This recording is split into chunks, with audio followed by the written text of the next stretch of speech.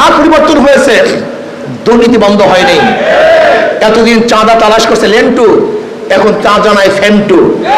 এতদিন দুর্নীতি করছে কেন্টু, এখন দুর্নীতি করে মিন্টু। ব্যাস, শুধু ব্যক্তির পরিবর্তন।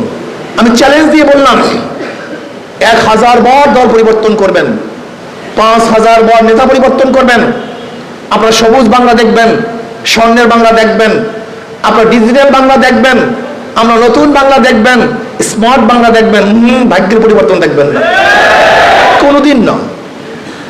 এর মূল কারণ বলে গেছেন আমাদের শাইখ মুর্শিদ বরাল্লাহ মারকাদাহু। তিনি কি বলেছেন? মাদার গাছ লাগিয়ে আমের আশা করা যায় না, তেঁতুল গাছের মধ্যে মিষ্টি ফলের আশা করা যায় না, চোর ডাকাত বদমাশ এবং গুন্ডাদের মাধ্যমে গুন্ডামি বন্ধ করা যায় না, খুনের মাধ্যমে খুন বন্ধ হয় না, দুর্নীতিবাজের মাধ্যমে দুর্নীতি বন্ধ হয় না। যতক্ষণ পর্যন্ত আদর্শ নীতিবান মানুষ শাসক না হবে, যারা আল্লাহকে ভয় করবে, আল্লাহর সামনে দাঁড়িয়ে হিসাব দেওয়ার দিনকে ভয় করবে, এরকম নেতা যতদিন পর্যন্ত নেতৃত্ব প্রদান না করবেন, হাজার আন্দোলন করবেন, রক্ত দিবেন, কিন্তু মানুষের ভাগ্য পরিবর্তন হবে না। এর জন্যই মানুষ আন্দোলন করছে। 24-এর আন্দোলনে মানুষ জীবন দিয়েছে। আমাদের জীবনের মায়া ত্যাগ করে রাস্তায় ছিলাম, স্ত্রীর কাছে বলেছিলাম, বাচ্চাদের কাছে বলেছিলাম, হয়তো আর ফিরতে পারবো না, কিন্তু এদেশের থেকে দুর্নীতি উৎখাত করবই করবে ইনশাআল্লাহ, জুলুমের অবসান করবই করবে ইনশাআল্লাহ, মানুষের ভাগ্যের পরিবর্তন করবই করবে ইনশাআল্লাহ। আপনারা জানেন 5ই জুলাই এই টাউন হল থেকেই আমরা প্রথম ঘোষণা দিয়েছিলাম, বৈষম্য বিরোধী আন্দোলনের সাথে আমরা সম্পৃক্ত আছি, থাকবো, ছিলাম। আমরা ছিলাম সামনের কাতারে। যেই সমস্ত দলের হাজারো মহাসচিবরা ঘোষণা দিয়েছিল বৈষম্য বিরোধী আন্দোলনের সাথে আমরা সম্পৃক্ত নই, আজকে তারাই লুট করবে, তারাই দখলদারি করবে। আর আমরা যারা রক্ত দিয়েছি, জীবন দিয়েছি, অংশগ্রহণ করেছি, আমরা তাদের দখলদারি বন্ধ করতে পারবো না।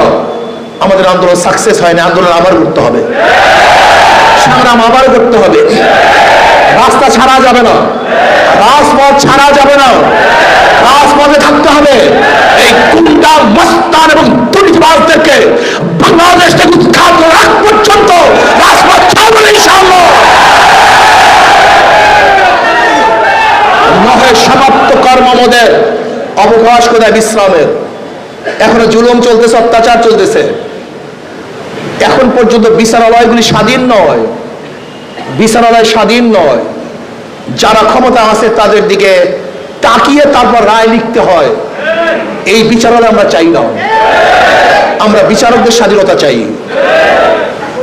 যদি কোনো আওয়ামী লীগের লোককেও বিচারালয় মুক্তি দেয়, আইনের ফাঁকেরা বের হয়ে যায়, সমস্যা কোথায়? আর আমিও যদি আইনের মাধ্যমে আটকা পড়ি, সমস্যা কোথায়? আমি বলবো বিচারকদেরকে স্বাধীন দিতে হবে, তারা তাদের ইচ্ছা অনুযায়ী বিচার করবে, প্রেশার ক্রিয়েট করা যাবে না। যদি বিচারের উপর আপনি প্রেশার ক্রিয়েট করেন, তাহলে মনে করতে হবে যে এই কূপ আপনি হরণ করেছেন, এই কূপেই আপনি পড়বেন। যেরকম আওয়ামী লীগ গোটা বিচারালয়ের স্বাধীনতাকে হরণ করেছিল, তার হরণ যদি না করত, বিচারকদের স্বাধীনতা দিত, আজকে তাদেরকে ধুকে ধুকে জেলখানায় মুক্ত হইতো না। কিন্তু যারা স্বাধীনতা হরণ করেছিল, আজকে সেই খাদের মধ্যে তারাই পড়তেছে। আজকেও যারা ক্ষমতা আছেন, আপনারা যদি বিচার বিভাগকে স্বাধীন না করেন, তাহলে মনে করতে মান হাফারা হুফেরা, যে কুয়া খুদে সেই কুদায় আপনাকেই পড়তে হবে। এর জন্য বিচার স্বাধীনতা চাই, বিচারকদের স্বাধীনতা চাই, তারা বিচার করবে স্বাধীনভাবে, কারোর দিকে তাকিয়ে তারা বিচার করতে পারবে না। আমরা স্বাধীনতা চাই প্রত্যেকটা মানুষের, আমরা স্বাধীনতা চাই প্রত্যেকটা গোষ্ঠীর, আমরা স্বাধীনতা চাই এই বাংলাদেশের জনগণের। এই বাংলাদেশের জনগণের স্বাধীনতার জন্য প্রয়োজন হলো ইসলাম।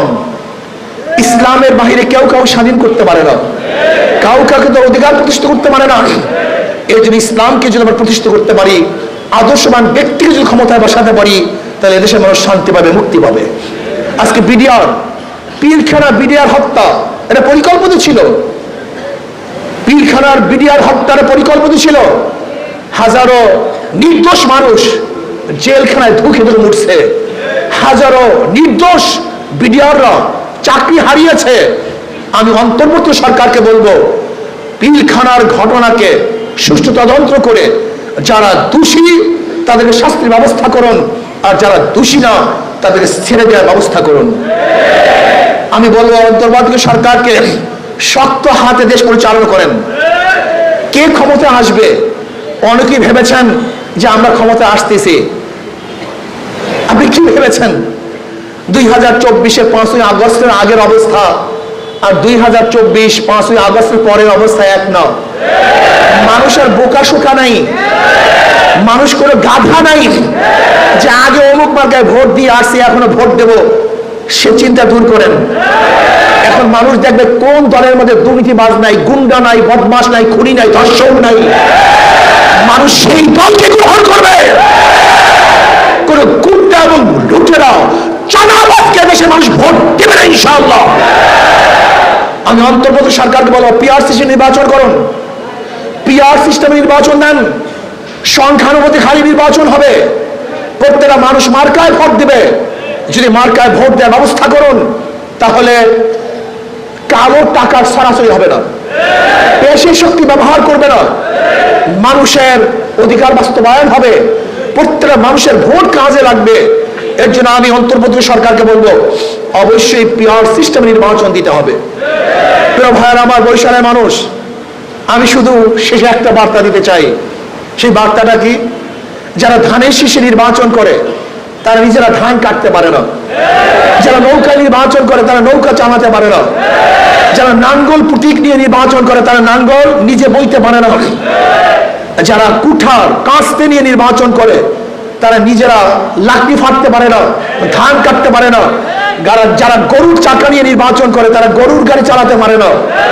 কিন্তু হাত পাখা এমন এক প্রতীক, যে নির্বাচন করে সেও চালাতে পারে, যারা সমর্থন করে তারাও লাগতে পারে। যারা সমর্থন করে তাদের বিছানাও থাকে, যারা সমর্থন করে না তাদের কাছারে থাকে। হাত পাখা হলো শান্তির প্রতীক, মুক্তির প্রতীক। হাত পাখা এমন এক প্রতীক, ইলেকট্রিসিটি ফেল করবে কিন্তু হাত পাখা আপনাকে ছুড়ে চলে যাবে না, সে ফেল করবে না। এটা শান্তির প্রতীক। আমি বিশ্বাস করি সর্বজনীন হাত পাখা হিন্দুরা ব্যবহার করে, খ্রিস্টানরাও ব্যবহার করে, ইহুদিরাও ব্যবহার করে, মুসলমানরাও ব্যবহার করে, পুরুষরাও ব্যবহার করে, মহিলারা ব্যবহার করে, বড়রা ব্যবহার করে, ছোটরা ব্যবহার করে। সমস্ত মানুষের প্রতীক হলো হাত পাখা।